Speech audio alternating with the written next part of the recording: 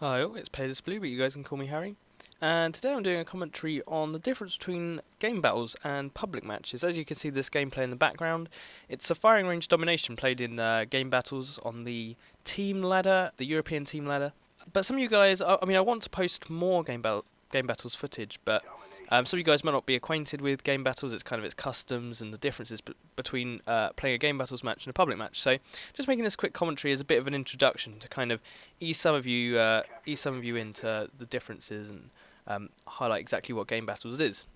So, Game Battles is actually a website on which you can enroll your team and participate in numerous different ladders and meet other people who play different games, not just Call of Duty, and sort of play at a competitive level and get ranked, get your team ranked, and play kind of different rule sets, probably fairer and more competitive rule sets than the public match arena provides.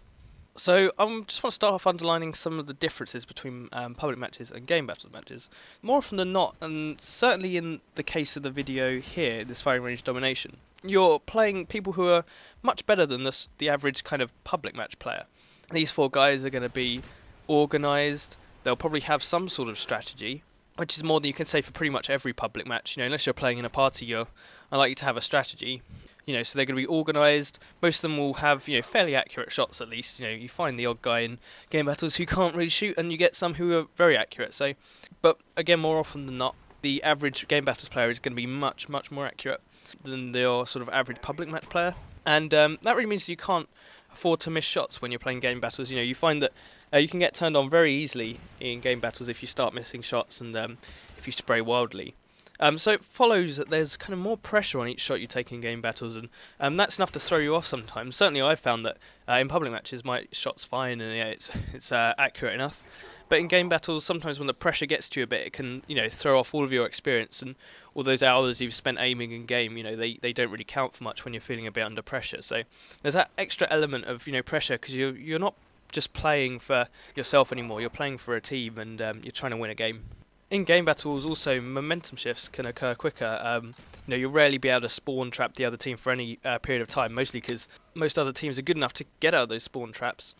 And this is usually because you won't actually have any air support in game battles. Most, I'd say probably 98% of game battles games are played without air support. You can kind of customise your rules that you play in game battles, but your standard rule set won't allow kill streaks. So, you can't have spy planes, you can't have chopper gunners pinning them in spawn, you can't have blackbirds, you can't have dogs. So, as you'll see in this game, everybody's just picking up gun and grenade kills pretty much, and you won't see anyone, dropping napalm. And also because, the teams are better, they'll more likely be able to make an organised push, sort of backed by communication, out of any sort of spawn trap or tricky situation you get them in. So momentum shifts can occur quickly, and that makes it harder to maintain a momentum shift. So all this means that obviously there are no spy planes and, obviously, as I said, no blackbirds. So locating enemies is quite a big deal in game battles. You have obviously the red dots and radar when an enemy shoots, and very few people use silencers just because of the damage drop off. It can lose you a lot of gunfights. So whenever you see someone on the in the enemy team when you're playing, you need to call that person out, and that's what we'll be doing all the way through this game. As soon as we know where one person is, where two people are, we call out their exact position to your other teammates, so then that if you die, they can pick them up, or if your teammates get there first before you, then again your teammates can pick that player up. So really, you're sort of building up this sort of oral radar, this oral mini-map, and you kind of got to maintain it throughout the game by calling out and communicating well. I mentioned strategy earlier, but there's just in general a much greater strategy. As I say, gunfights are quite important, but strategy is really what defines who wins a game. A lot of people and a lot of teams will have a set strategy going into each map. Certainly when we play capture the flag at the beginning of each map, we try to decide where we're going to be running the flag. We sometimes will sketch out a few roles. It goes much deeper than that, and even there are a lot of unexpressed strategies as well that you kind of implement without really having to tell your teammates, because you're all kind of on the same wavelength. And when you've been playing together for a certain period of time, you'll know that what your teammates are doing, and you'll have certain expectations of them. The numbers on teams are different as well. The optimum number is 4v4, but it can be up, any number up to 8v8 really. You can play 7v7, 6v6, 3v3, that's on the team ladder. Then there's a 2v2 and a 1v1 ladder as well. And then sort of on those ladders you get ranked and as a team, and you can also get ranked individually. And at the end of every season, when you've been ranked as you got your final kind of rank as a team, you can then go into playoffs and compete to actually become the top game battles team in Europe if you like, or in North America if you're from there. There is more to it than that, the differences between game battles and public matches, but in this commentary, so I've really just covered sort of a really basic overview of the things to bear in mind when you're watching or playing game battles. I mean, I think in the future I'm probably going to upload some commentaries in which I actually detail exactly what I'm doing in the game. I talk about all my thought processes, just to kind of give those of you who aren't well acquainted with the game battles some sort of idea of all the thinking that goes into it. I mean, I'm certainly not the greatest player on game battles, and I've got, I'm lucky to be playing in quite a strong team with a lot of good friends, and that always helps you out sometimes when you're not having the best day. But certainly I think I can provide some sort of insight into the general thought process that goes into playing at a competitive level, as opposed to playing on the public match level. And hopefully you guys will enjoy that. Hopefully you guys will enjoy seeing some gameplay that's a bit elevated from just pub stomping, and actually seeing good players playing against good players. So thanks a lot for listening, guys, and I'll see you later.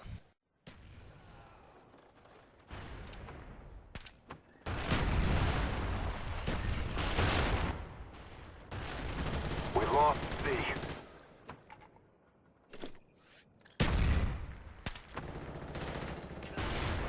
We're being dominated. Take those positions.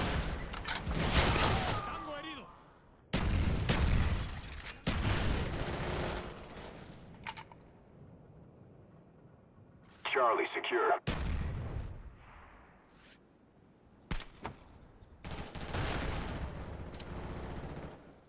Securing Bravo.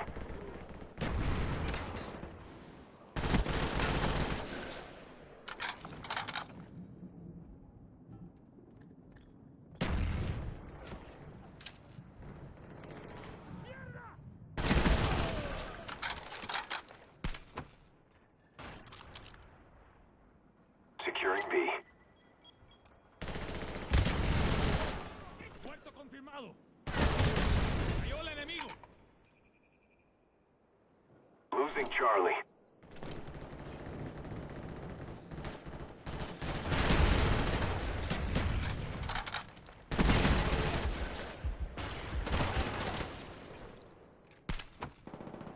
Securing Alpha.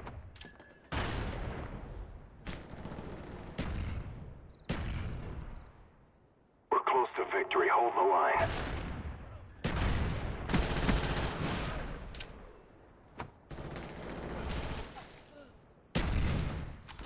Securing B.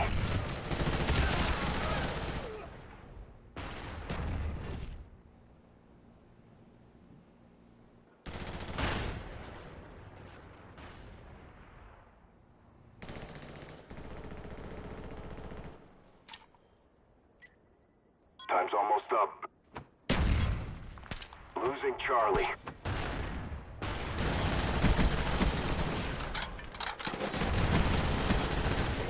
Alpha secure.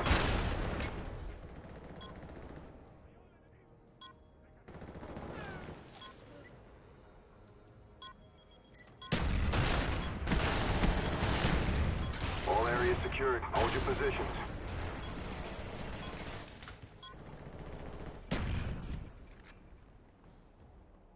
Good job, team. We executed the mission perfectly.